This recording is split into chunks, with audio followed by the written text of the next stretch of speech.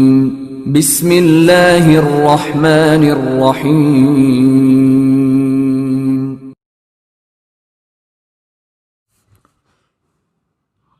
امیر خیر الدین بار بروسہ، ایک دلچسپ اور علول انگیز تاریخی ناول۔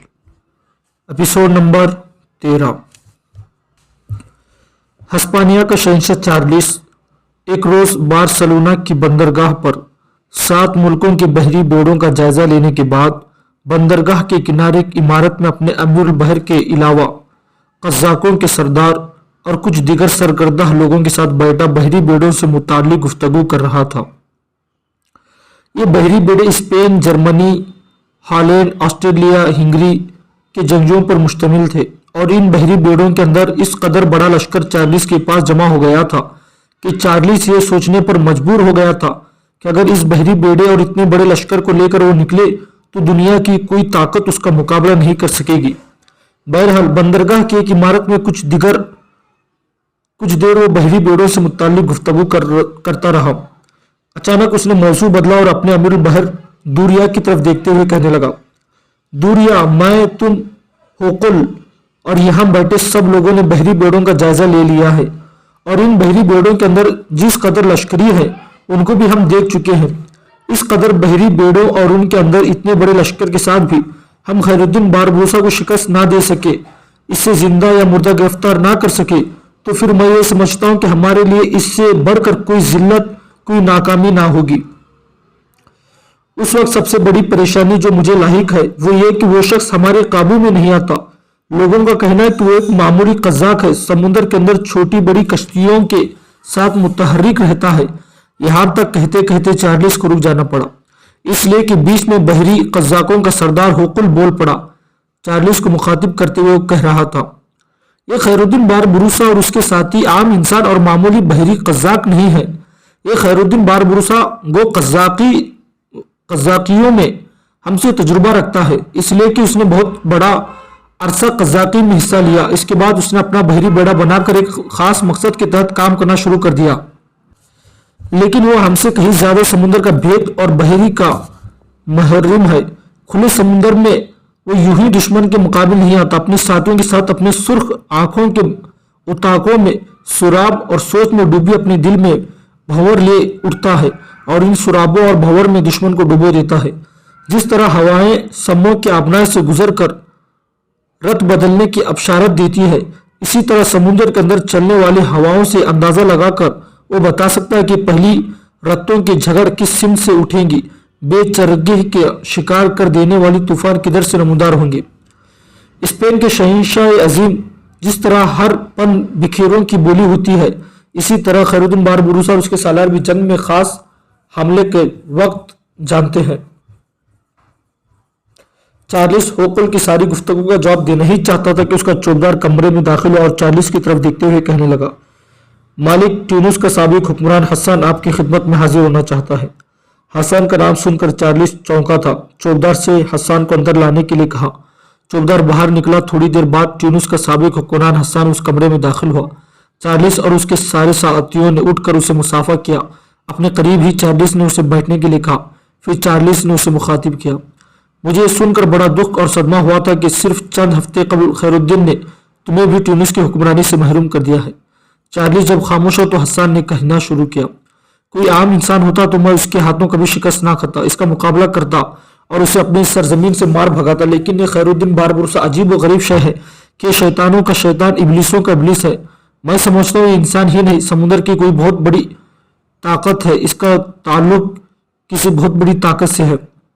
آپ نے دیکھا جس وقت کھلے سمندر میں دوریا کے ساتھ اس کا مقابلہ ہوا تھا، اس نے دوریا کو بدترین شکست دی، حالانکہ دوریا کے پاس اس سے کہیں بڑا بحری بیڑا تھا، اور کھلے سمندر میں وہ دوریا کے پیچھے لگ گیا، اور دوریا یہی سمجھا کہ اس کے تعاقب میں، لیکن جو ہی سورج غروب ہوا ایک دم اس نے تعاقب ترک کر دیا اور اٹلی کے ساحل کی طرف بڑھا، اور اٹلی کے ساحل کے ساتھ ساتھ دور تک اس نے وہ ترکتاز کی جس کے دوران اس نے بڑے بڑے شہروں اور بڑے بڑے بندرگاہوں کو اس نے لوٹا، اور وہاں سے بے شمار دولت سمیٹ کر چلتا بنا۔ ساحل کے ساتھ ساتھ کسی کی جرت نہ تھی کہ اس کی راہ روکے۔ ہر اس شہر کو اس نے برباد کیا کہ اپنی مرضی کے مطابق ہر شہر کو لوٹتا رہا۔ وہاں جو دفاعی عساکر تھے اس کے سامنے سرخم کرتے رہے، اور وہ دولت کے انبار سے اپنے جہاز بھرتا ہوا واپس لوٹ گیا۔ लोग यही ख्याल करते रहे कि इटली को लूटने के बाद वो अपने मुस्तकिर की तरफ जाएगा, आराम करेगा, लेकिन उसने ऐसा नहीं किया। एकदम वो मुझ पर वारिद हुआ, वो ऐसा वक्त हमलावर हुआ जिस वक्त उसके हमलावर होने की उम्मीद भी नहीं की जा सकती थी। मैं अपना दिफा करने में नाकामयाब रहा, लिहाजा उसने लश्कर का काम तमाम करके ट्यूनिस पर कब्जा कराया। अब मैं आपके पास इसलिए हाजिर हुआ हूं कि उस शख्स का कोई बंदोबस्त किया जाए, मुझे मेरा मुल्क वापस दिलवाया जाए। मैं आपसे वादा करता हूं कि अगर ट्यूनिस की हुक्मरानी मुझे वापस मिल गई तो मैं जब तक हुक्मरान रहूंगा आपका मुकर्ररा खिराज अदा करता रहूंगा। हसन यहां तक कहने के बाद खामोश हुआ, कुछ सोचा, फिर दोबारा कह रहा था, स्पेन के अजीम शहंशाह को बारबरूसा पर हमलावर होने में ताखिर नहीं करनी चाहिए। इब्ने काजी की सल्तनत पर वो पहले ही काबिज होकर उसके बेटे को वहां अपनी तरफ वाली मुकर्रर कर चुका है। ट्यूनिस उसने मुझसे छीन लिया। अफ्रीका में आपके सालार और वाली मोनकीट के पास वसी इलाके थे और उन वसी इलाकों से बहुत से इलाकों पर खैरुद्दीन ने कब्जा कर चुका है और अब मुझे उम्मीद है कि वो मोनकीट के अतराफ में घेरा करेगा, हिसार तंग करेगा और ऐसा वक्त लाएगा कि मोनकीट को अफ्रीका से निकलना पड़ेगा। जिस वक्त ऐसा हो, याद रखिएगा, उस वक्त स्पेन और सिसिली दोनों खतरात में घिर जाएंगे। मेरा अपना अंदाजा है कि ट्यूनिस मुझसे छीनने के बाद वो यूं ही नहीं बैठेगा और फिर वो बेकार बैठने का आदी भी नहीं है। शायद बेकार बैठने से उसे खराश होना शुरू हो जाती है। अब वो किसी न किसी मुहिम का आगाज जरूर करेगा। मेरे ख्याल में इस वक्त उसके सामने अफ्रीका की सरजमीनों में 2-3 मुहिमों से ज्यादा नहीं है। जहां तक मैं सोचता हूं कि उसका अगला हदफ अब बर्बरों का सुल्तान हफ्सी या तिलमिसान का बादशाह अबू हुमू होंगे। उन दोनों कुव्वतों को बारी बारी मुता और फरमाबरदार करके खैरुद्दीन उन्हें अपने सामने घुटने टेकने और सर झुकाने पर मजबूर कर देगा।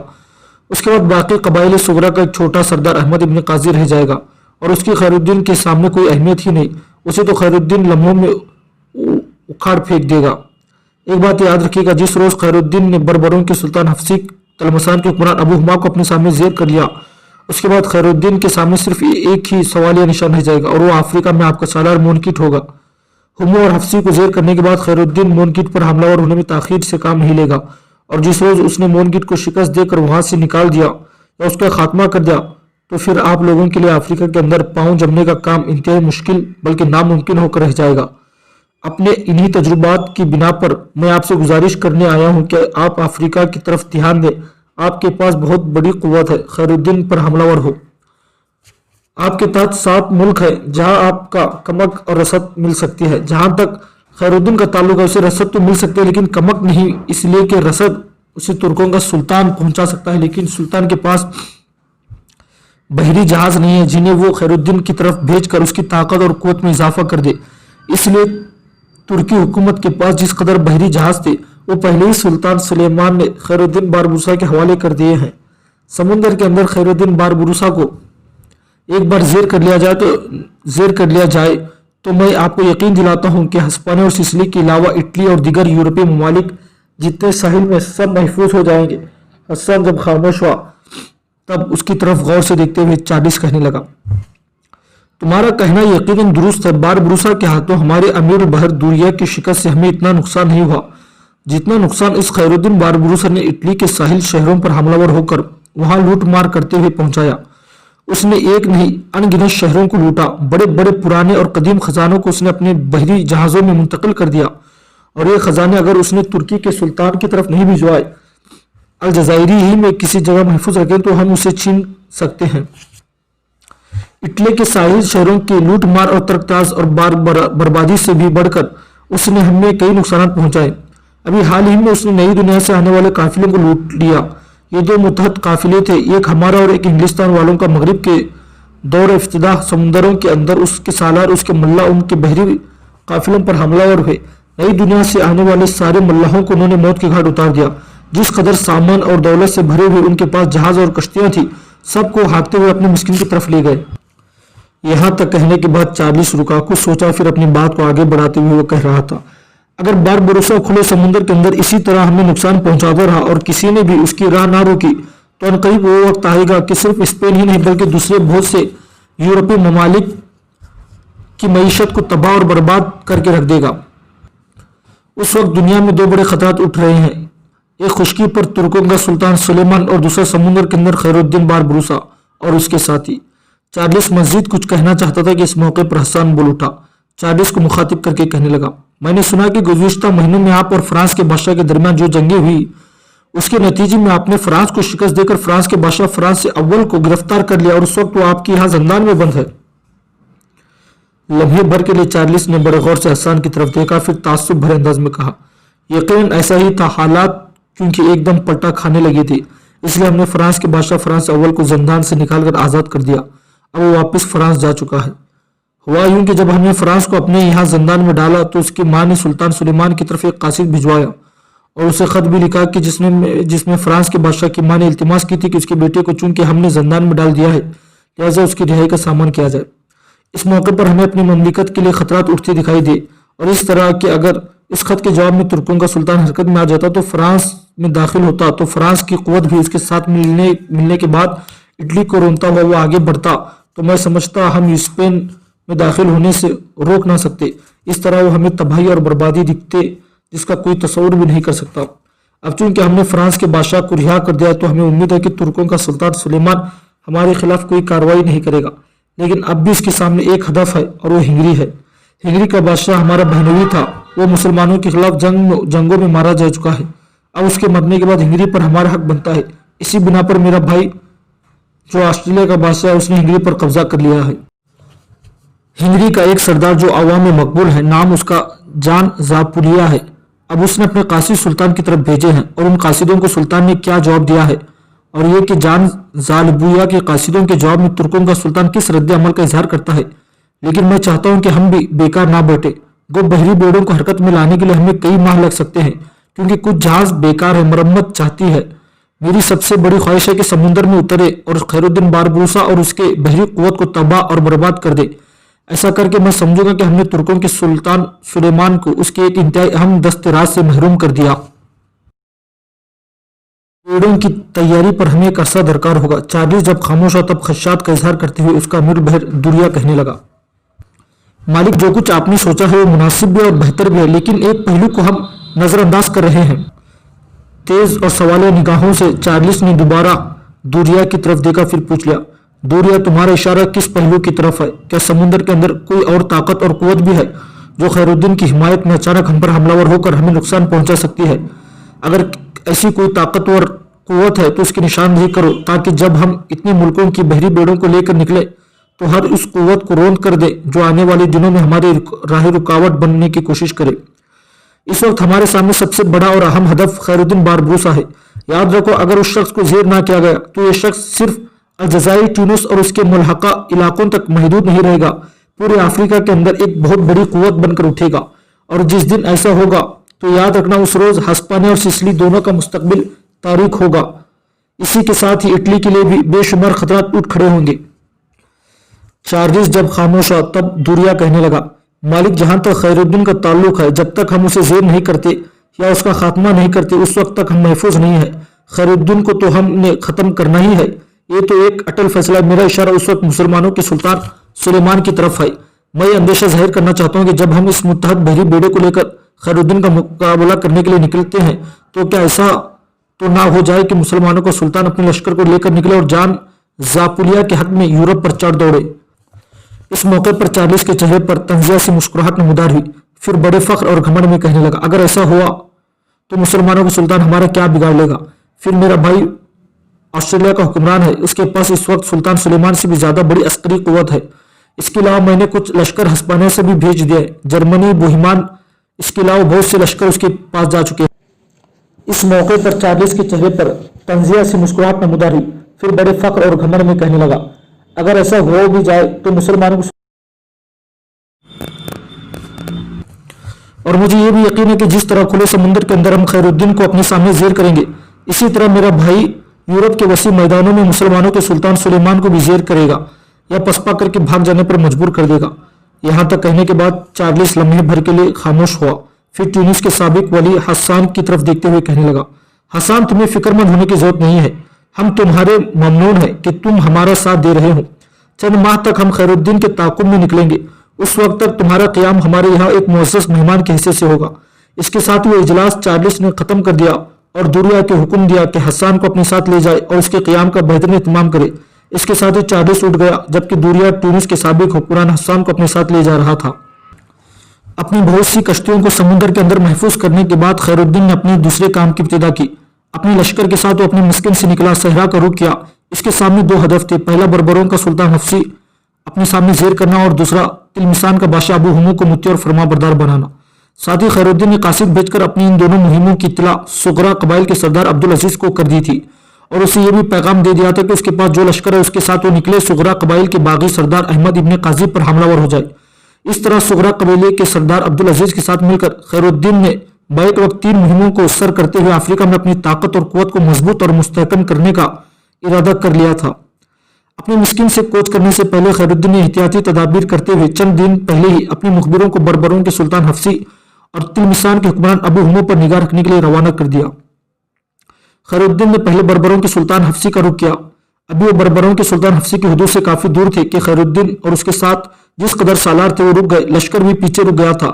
जासूस करीब आए खैरुद्दीन और बाकी सालारों के सामने आकर रुक गए। फिर उनमें से एक खैरुद्दीन को मुखातिब करते हुए कह रहा था, अमीर, हम आपके लिए 2 अहम खबरें लेकर आए हैं। पहली है कि बर्बरों के सुल्तान हफ्से और तिलमिसान के हुक्मरान अबू हमू को खबर हो गई है कि आप उन पर हमलावर होने के लिए निकल चुके हैं। इस सिलसिले में उन दोनों आपके खिलाफ हस्पाने के सिपह सालार मोनकीट से भी मदद तलब की है। मोनकीट का एक लश्कर सुल्तान हफ्सी के पास पहुंचा है। इसी तरह अबू हमू का लश्कर भी हफ्सियों के पास जमा हो चुका है। उनका तरीकाकार कुछ इस तरह होगा, तीनों लश्कर को यकजा करके वो 2 हिस्सों में तकसीम करेंगे। अमीर एक हिस्सा आपकी राह रोकने और आपको जंग में मसरूफ रखने के लिए आपके सामने आएगा जबकि शुरू हो जाएगी और जब जंग शुरू हो जाएगी और आइन जंग के दौरान उनके लश्कर का दूसरा हिस्सा जिसे उन्होंने घात में बटा दिया होगा वो अपनी घात से निकलकर आप पर हमलावर होकर आपके खिलाफ फवायद हासिल करने की कोशिश करेगा। यहाँ तक कहने के बाद जासूस जब खामोश तब हल्का हल्के तबस्सुम में खैरुद्दीन ने अपने करीब खड़े तुर्गुत, हसन, करसू, काकात, सनान, साले, अपने बेटे हसन और दीगर सालारों की तरफ देखा और फिर जासूसों को मुखातिब करते हुए कहने लगा, अगर उन्होंने हमारे खिलाफ अपनी कामयाबी को यकीनी बनाने के लिए लश्कर का एक हिस्सा घात में बैठा दिया है और जो लश्कर राह रोकेगा उसको भी, वो जिस लश्कर को घात में बैठाए उसकी भी मैं खूब खबर लूंगा। इस सिलसिले में तुम्हें फिक्रमंद होने की जरूरत नहीं है। यहाँ तक कहने के बाद खैरुद्दीन बार भरोसा फिर बड़ी शफकत में आने वाले तिलागरों को मुखातिब करते हुए कहने लगा, तुम्हारी ये खबर तो मुकम्मल हुई और मैं तुम्हारी उस खबर के मुताबिक इंतजामात भी मुकम्मल कर लूंगा। अब दूसरी खबर कहो। वही तिलागर बोला और मुस्कुराते हुए कहने लगा, अमीर, दूसरी खबर बहुत अच्छी है। अमीर, शायद आपको याद होगा कि मरने वाले कोको के 2 बेहतरीन सालार हुआ करते थे, अलकमा बिन सादुन और उबादा बिन तमाम। तिलागर को खामोश हो जाना पड़ा, इसलिए कि उसकी बात काटते हुए खैरुद्दीन बोल उठा, मैं उन दोनों को खूब जानता हूँ। उन दोनों ने ही मेरी हिमायत करते हुए इब्ने काजी को मौत के घाट उतारा था। वो दोनों आलम इस्लाम और मुसलमानों का दर्द रखने वाले हैं। कुछ अरसा बेचारे अपने दिल पर जबर करते हुए अपने ज़मीर के बागी बनकर इब्ने काजी का साथ देते रहे और जब उन दोनों ने यह महसूस किया कि इब्ने काजी मुसलमानों के खिलाफ आगे जाते हुए अपने हुदूद से बाहर होता जा रहा है, तब उन्होंने उसके बेटे को अपने साथ मिलाया और इब्ने काजी का खात्मा कर दिया। अब बोलो, तुम उन दोनों यानी उबादा बिन तमाम और अलकमा बिन सादुन से मुतालिक क्या कहना चाहते हो? खैरुद्दीन जब खामोश हुआ तो जासूस कहना शुरू किया, अमीर, हमारे पीछे ही पीछे वो दोनों जिंदा दिल सालार एक लश्कर लेकर आ रहे हैं और वो बर्बरों के सुल्तान हफ्सी और तिलमिसान के हुक्मरान अबू हमू के खिलाफ आपका साथ देंगे। यह खबर सुनकर खैरुद्दीन के चेहरे पर एक मुस्कुराहट, आंखों में एक अनोखी चमक पैदा हो गई थी। बाकी सारे सालार भी खुशी का इजहार कर रहे थे। फिर खैरुद्दीन बड़े गौर और इहतिमाम से अपने दाएं जानिब सहरा के अंदर देखने लगा था, इसलिए कि उस जानिब से गिर्द के बादल उठना शुरू हो चुके थे जो इस बात की निशानदेही कर रहे थे कि कोई लश्कर उनकी तरफ आ रहा है। थोड़ी देर बाद बादल छटे तो एक लश्कर नमूदार हुआ। अनगिनत घोड़े सर पर दौड़ाते हुए खैरुद्दीन बारबरूसा का रुख कर रहे थे। जब वो नजदीक आए तो खैरुद्दीन बारबरूसा और सारे सालारों ने देखा लश्कर के आगे आगे उबादा बिन तमाम और अलकमा बिन सादुन थे। करीब आकर वो लश्कर रुक गया। इब्ने तमाम और इब्ने सादुन दोनों अपने घोड़ों को उस जगह लाए जहाँ खैरुद्दीन बारबरूसा और दीगर सालार खड़े थे। उनकी तरफ देखते हुए खैरुद्दीन बारबरूसा अपने घोड़े से उतर गया। दूसरे सालार भी अपने घोड़ों से उतर चुके थे। ये सूरत हाल देखते हुए इब्ने तमाम और इब्ने सादुन भी अपने घोड़ों से उतरकर आगे बढ़े। पहले दोनों बारी बारी खैरुद्दीन बारबरूसा से गले मिले, फिर उसी के इस अंदाज में वो दूसरे सालारों से मिल रहे थे। इस मौके पर उन दोनों को मुखातिब करते हुए खैरुद्दीन कुछ कहना ही चाहता था कि उबादा बिन तमाम ने उसे मुखातिब करने में पहल की। अमीर, मुझे और मेरे अजीज इब्ने सादुन को आपसे ढेरों गिले और शिकवे हैं। अम्मी, जब से हमने इब्ने काजी को कत्ल किया उसके बाद आपने कई मुहिम सर की, पर हम दोनों को कभी आवाज़ नहीं दी। امیر آپ جانتے ہیں مسلمانوں کی بہتری اور عالم اسلام کی یکجہتی کے خاطر ہم نے اپنے قاضی کو موت کے گھاٹ اتارا۔ آپ اکثر و بیشتر صغرا قبائل کے سردار عبدالعزیز کو تو آواز دیتے رہے لیکن ضرورت کے وقت کبھی ہمیں نہیں پکارا۔ امیر آپ کبھی ہمیں پکار کر دیکھتے تو صحیح، پھر آپ جانتے کہ ہم کیسے رد عمل کا اظہار کرتے ہیں۔ اور عبادہ بن تمام کی اس گفتگو سے خیر الدین ایسا متاثر ہوا تھا کہ اس کی آنکھیں نمناک ہو گئی تھی، ہونٹ کاٹنے لگا تھا، کچھ دیر تک کچھ بول نہ سکا، پھر اپنے آپ کو سنبھالتے ہوئے وہ کہہ رہا تھا، میں تم دونوں کے جذبوں، تم دونوں کے احساسات کو سلام پیش کرتا ہوں۔ اگر ضرورت کے وقت میں نے تمہیں آواز نہ دے کر غلطی کی ہے تو میں اپنی غلطی پر معذرت خواہ ہوں۔ میرے عزیز بھائیوں، دراصل میں چاہتا تھا کہ اس بار عبادہ بن تمام کے بجائے ابن سعد بول اٹھا، امیر آپ جو بھی چاہتے تھے ہمیں آپ کو فراموش نہیں کرنا چاہیے تھا۔ اس بار بھی دیکھیں آپ بربروں کے سلطان حفصی اور تلمسان کے حکمران ابو ہمو کے خلاف نکل کھڑے ہوئے ہیں اور ہم نے نہ اطلاع دی نہ ہی ساتھ دینے کے لیے پکارا۔ یہ تو ہمیں آپ کے جاسوسوں سے خبر ہوئی تو ہم نے اپنے لشکر کو استوار کیا اور آپ کے جاسوسوں کے پیچھے پیچھے ہم بھی نکل کھڑے ہوئے۔ خیر الدین باربروسا مسکرایا، آگے بڑھ کر اس نے باری باری ان دونوں کی پیٹھ تھپ تھپائی، پھر کہنے لگا، جو ہوا اسے فراموش کر دو، میرے خداوند نے چاہا تو آئندہ میں ضرورت کے وقت تم دونوں کو ضرور آواز دیا کروں گا۔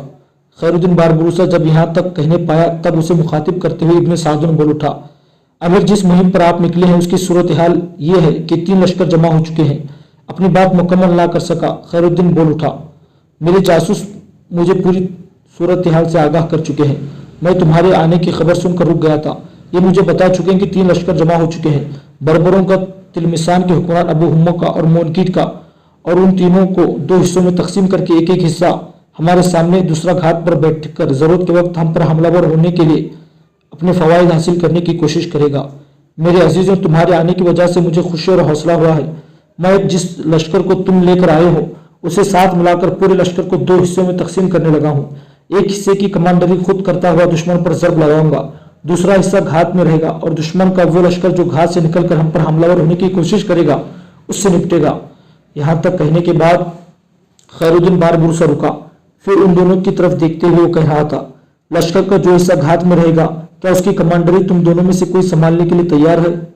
خیر الدین کے سوال پر عبادہ بن تمام اور علقمہ بن سعد نے عجیب سے انداز میں ایک دوسرے کی طرف دیکھا، آنکھوں ہی آنکھوں میں کوئی سوال و جواب ہوا۔ پھر عبادہ نے عجیب سے عقیدت میں کہہ دیا، امیر خیر الدین، آپ کے ساتھیوں میں سے جہاں محترم ترغت، حسن کرسو، کاکا سنان صالح ہو وہاں ہم دونوں کی کیا مجال کہ کسی لشکر کی کمانڈری کریں؟ امیر آپ کے ساتھی وہ کمانڈری اور سالار ہیں جن پر ہم اپنا سب کچھ نچھاور کر سکتے ہیں، ان کے ہوتے ہوئے ہم دونوں میں سے کوئی بھی کسی لشکر کی کمانڈری سنبھالنے کی جرات نہیں کر سکتا۔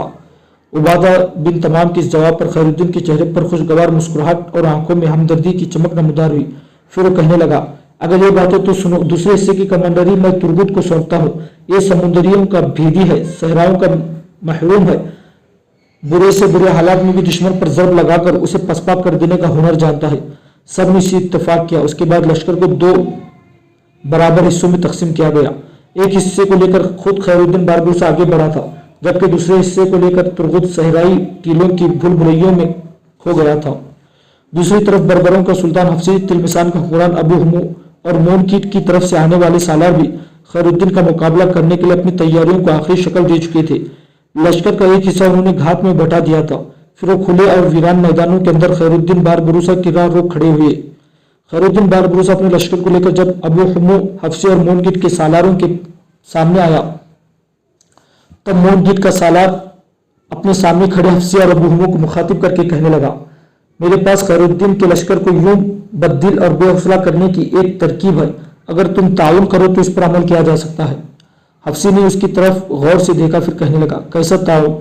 ہسپانوی سالار کہنے لگا، میرے لشکر میں ایک تیز زن ہے جو کلیٹی تیز زنی میں کسی سے مات کھانے والا نہیں ہے، تیز زنی کے ہسپانوی طریقہ کار میں اپنا جواب نہیں رکھتا۔ میں چاہتا ہوں کہ اسے انفرادی مقابلے کے لیے میدان میں اتارا جائے، دونوں لشکریوں کو وسط میں جا کر وہ صرف انفرادی مقابلے کے لیے نہ للکارے بلکہ خیر الدین باربروسا، ترغت، حسن کرسو، کاکا سنان صالح اور اس طرح کے جو بڑے بڑے سالار ہیں ان کے نام لے کر انہیں مقابلے کی دعوت دے۔ ظاہر نام لے کر جب وہ مقابلے کی دعوت دے گا تو جس کا وہ نام لے گا انہیں میں سے مقابلے کے لیے کوئی نکلے گا، اور مجھے امید ہے جو بھی مقابلے کے لیے نکلے گا وہ ہسپانوی تیز زن اسے موت کے گھاٹ اتار دے گا، اور خیر الدین یا اس کے کسی اہم سالار کی یوں انفرادی مقابلے کے دوران مارے جانے سے اس کے لشکروں میں ایک طرح سے بددلی کی لہر پھیل جائے گی जो हमारी फतह और हमारी कामयाबी को यकीनी बना सकती है।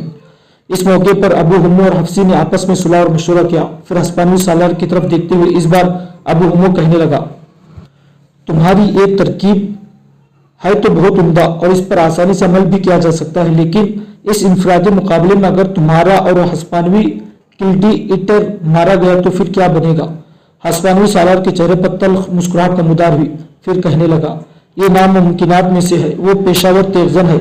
ऐसे लोग मैदान में इंसानी आज़ा काट कर अपनी कामयाबी, अपनी फतहमंदी का ऐलान करते हैं। तेगजनी के फन में अपनी उम्र गुजार चुका है। हस्पानिया में जब कभी भी तेगजनी के मुकाबले हुए हमेशा यही सरखुरू होकर निकला। लिहाजा मैं तुम्हें इस बात की जमानत देता हूँ कि तेगजनी के फन में उस हस्पानवी तेगजन को खैरुद्दीन या उसके साथियों में से कोई भी जेर और मगलूब नहीं कर सकेगा, बल्कि जो भी उसके मुकाबले में आएगा अपनी जान से हाथ दे बैठेगा। और उसका यूं मेरे साथियों के सामने अपनी जान से हाथ दे बैठना उनके लश्कर में बददिली और एक तरह से अफरा तफरी का बाइस भी बनेगा।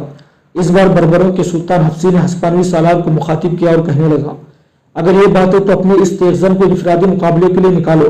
अगर वो हमारी फतह का बाइस बन सकता है तो मैं समझता हूँ इससे बढ़कर हमारे लिए अच्छी बात और क्या हो सकती है। हफ्सी के इस फैसले पर हस्पानवी सालार खुश हो गया था। पीछे हटा अपने हिस्से के लश्कर की तरफ गया। फिर थोड़ी देर बाद एक हस्पानवी सियाह घोड़े पर सवार मैदान में निकला और वो सर से लेकर पांव तक चमकते हुए फौलाद में गर्क था। उसके कमर पर उसकी तलवार और ढाल थी। हाथ में लंबा चमकता हुआ नेजा था और अपने घोड़े को मुहिस पर मुहिस लगाता हुआ वो मैदान के वस्ती हिस्से की तरफ बढ़ा था। मस्ती पर आया हुआ उसका घोड़ा बार बार हिला रहा था, नथने फड़फड़ा रहा था और कभी कभी अपनी दोनों टांगे उठाते हुए सरकशी का इजहार भी कर रहा था। मैदान के उस्त में आकर अजीब से खौफनाक अंदाज में उस हस्पानवी तेगजन ने अपना नेजा जमीन में गाड़ा। फिर खैरुद्दीन बारबरूसा और उसके बड़े बड़े सालारों के नाम लेते हुए उसने इंफरादी मुकाबले के लिए पुकारा। उसकी इस पुकार पर खैरुद्दीन के लश्कर में एक तूफान उठ खड़ा हुआ था। हसन करसू, काकात, सनान और दीगर कई सालारों ने एक साथ अपने घोड़ों को एड़ लगाते हुए उसके मुकाबले के लिए मैदान का रुख किया था। ये सूरत हाल देखते हुए बारबरूसा के चेहरे पर मुस्कुराहट नमूदार हुई। आवाज देकर उसने सबको रोकने के लिए कहा।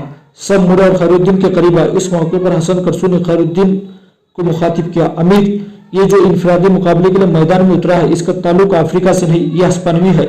इसके पुकारने के अंदाज को मैं पहचान चुका हूँ, लिहाजा इसके मुकाबले के लिए मेरा जाना ही मुनासिब है, इसलिए कि मैं इनके तरीके वारदात से आगाह और वाकिफ हूँ। हसन करसू के बाद दूसरे सालारों ने भी अपनी अपनी ख्वाहिश का इजहार किया। इस पर फैसला करते हुए बारबरूसा कहने लगा, मेरे अजीजों, मेरे भाइयों, मेरे रफीकों, मैं तुम सबके जज्बों की कदर करता हूँ। मैं तुम्हारी जुर्रतमंदी, तुम्हारी जानिसारी को सलाम पेश करता हूँ। देखो, बिल्कुल पुरसुकून हो जाओ, जज्बाती होने की जरूरत नहीं है। मुकाबले पर हसन करसू को उतरने दो। खैरुद्दीन के हुक्म का इत्तिबा करते हुए सारे सालार पीछे हट गए, जबकि अपने घोड़े को दौड़ाता हुआ हसन करसू मैदान के उस हिस्से की तरफ बढ़ा। वह हस्पानवी सुरमा अपने घोड़े पर बैठा अपने मद्दे मुकाबिल का मुंतजिर था कि हसन करसू अपने घोड़े को सरपट दौड़ाता हुआ उसके सामने आ गया। अपनी चमकती हुई तलवार और ढाल लम्हे भर के लिए अपने सामने लहराते हुए मुस्कुराया। साथ ही खास अंदाज में उसने घोड़े की अगली टांगों को जरा पीछे जब महीज लगाई तो घोड़ा हिनहिनाए अपनी अगली दोनों टांगे उठाते हुए अपनी वहशी कुव्वत का इजहार किया। इसके साथ हसन करसू ने उसे मुखातिब किया, इंफरादी मुकाबले के लिए पुकारने वाले हस्पानवी, बता तेरा नाम क्या है। उसने एक मकरू कहकहा लगाकर कहने लगा, तूने कभी खूब पहचाना कि मैं हस्पानवी हूँ, तूने भी खूब पहचाना कि मैं हस्पानवी हूँ। सुन, मेरा नाम अगलीस है। जवाब में हसन करसू ने भी उस जैसा कहकहा लगा कहने लगा, तो फिर मेरा नाम हसन करसू है। ये नाम यकीनन तूने सुन रखा होगा और मौत के इस मैदान में मैं तुम्हें यकीन दिलाता हूँ कि तेरा नाम गलीस है। गलीस से गलीस में तब्दील कर दूंगा। जवाब में हस्पानवी तेगजन गलीस कहने लगा, मेरा तो ख्याल था कि खैरुद्दीन खुद मैदान में उतरेगा, लेकिन तुझे उसने भेजा, तेरे साथ भी मुकाबला खूब रहेगा, इसलिए कि हसन का नाम सारे यूरोप में जाना पहचाना है। वो सवार जब खामोश होता मुझसे मुखातिब करते हुए हसन करसू कहने लगा, तेरे मुकाबले में खैरुद्दीन बारबरूसा क्यों आता, जो हस्पानवी लश्कर उस वक्त हमारे दुश्मन की सफ़ों में शामिल है, उसके सालार को भेजो, मुकाबले में आए तो उसके मुकाबले में खैरुद्दीन जरूर निकलेगा। गलीस कुछ देर तक बड़े गौर से हसन करसू को देखता रहा, फिर कहने लगा, तू बातें बहुत बनाता है, पर देख थोड़ी देर बाद कोई तुझे सोचने वाला, कोई तुझे सुनने वाला, कोई तुझे देखने वाला, कोई तुझे चाहने वाला ना रहेगा, इसलिए कि मैं तेरी हालत टूटे ख्वाबों की तरह कर दूंगा। उस तेगजन की इस गुफ्तगू से हसन करसू ताव खा गया था। कहने लगा, मैं तेरे जैसे बावले भेड़िए बहुत देख चुका हूँ। अपने दिल की फिरतास पर लिख रख कि मैं अपनी राह के हर सांप का सर कुचलना जानता हूँ। यहाँ तक कहने के बाद हसन करसू रुका, फिर अपना सिलसिला कलाम आगे बढ़ाते हुए कहने लगा, देख हस्पानवी नाइट, वक्त ज़ाया मत कर, आज दोनों एक दूसरे से टकराए, फिर देखेंगे किसकी समातें बसारतें एक दूसरे से टकराती है। हसन करसू की इस गुफ्तगू से गलीज का चेहरा गुस्से और गजब का सुर्ख हो गया था। एकदम उसने अपने नेज़े को हरकत में लाया, उसे हवा में तो लहराया, फिर ताक कर नेज़ा उसने हसन करसू को दे मारा। हसन करसू शायद पहले ही उससे ऐसे हमले की तौक़ी रखता था, लिहाजा ढाल मारते हुए उसने उसके नेज़े को दूर फेंक दिया। ऐन उसी लम्हे गलीज अपनी तलवार लहराता हुआ घोड़े को महीस लगाता हुआ मौत के खूनी मंजर की तरह उस पर हमलावर हुआ। हसन करसू ने पहले उसके हमले को रोका, फिर हर जिहत को बेजिहत कर देने वाली सदाएं की तरह तकबीरें बुलंद की और फिर उस पर हमलावर हो गया।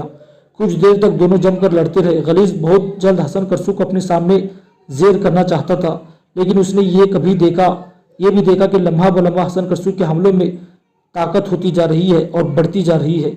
गलीज पर तेज हमले करते हुए अचानक हसन करसू ने पिंतरा बदला, फिर उस अंदाज में अपनी ढाल बरसाई कि गलीज के सर से उसका खुद उतर कर दूर जाकर गिरा। हसन करसू पीछे हटा, उस आहिनी खुद को एक ठोकर मारी, उसका वो आहिनी खुद दूर लड़खड़ाता चला गया। हसन करसू फिर उसके सामने आया और वहशत भरे अंदाज में उसे मुखातिब किया, देख गलीज, मैंने तेरी जात का एक बुर्ज गिरा दिया है, अब दूसरे बुर्ज को गिरा दूंगा। उसके बाद हसन करसू ने तेजदार हमले शुरू किए और पेतरा बदल कर उसने जो वार किया तो गलीज का सर दूर जाकर गिरा था। उसकी गर्दन काटने के बाद उसके लिबास से अपनी तलवार साफ करके नियाम में की, एक जुस्त लगाकर अपने घोड़े पर सवार हुआ, फिर अपने घोड़े को ईंट लगाता हुआ अपने लश्कर की तरफ जा रहा था। जिस वक्त हस्पानवी के खिलाफ कामयाबी हासिल करने के बाद हसन करसू अपने लश्कर की तरफ लौट रहा था, उस वक्त खैरुद्दीन की हालत अजीब थी। हसन करसू की तरफ देखते हुए धीमे धीमे लहजे में वो कह रहा था, करसू दश्त इम्कान में, खुशबू में बेबस खैरुद्दीन बारबरूस में सारे छोटे बड़े सालारों के साथ बैठा हुआ आवाजों जैसी है। समुद्र का किनारा था, वो सब साहिब के घेर का बैठे जो सामने घोड़े से उतर कर कहा खैरुद्दीन बारबरूसा खड़ा हो गया। आकर हसन करसू भी घोड़े से उतरा। अचानक खैरुद्दीन बारबरूसा ने मौजू बदला और अपने साथियों को मुखातिब करके कहने लगा, मेरे साथियों, इससे पहले भी मैं तुम्हें बता चुका हूं कि अब अफ्रीका में हमारी हालत काफी मजबूत और मुस्तहकम हो चुकी है। तो हुक्मरान इब्न कासिर खत्म हो चुका है। ट्यूनिस के हसान को शिकस्त देकर हमने ट्यूनिस पर कब्जा कर लिया है और हमारे सामने जो बड़ी कुव्वतें हैं अफ्रीका में रुकावट बन सकती है। जैसे ही जवान अपनी सरजमीनी तिलमसान का हुक्मरान अपनी मिल्लत अबू हुमू और बर्बरों का सुल्तान, इसके बाद बर्बरों का हुक्मरान हफ्सी रहते हैं। जहाँ तक सुगरा कबाइल के दूसरे बड़े सरदार अहमद इब्न काजी का ताल्लुक है, सवार हो गए थे तो उससे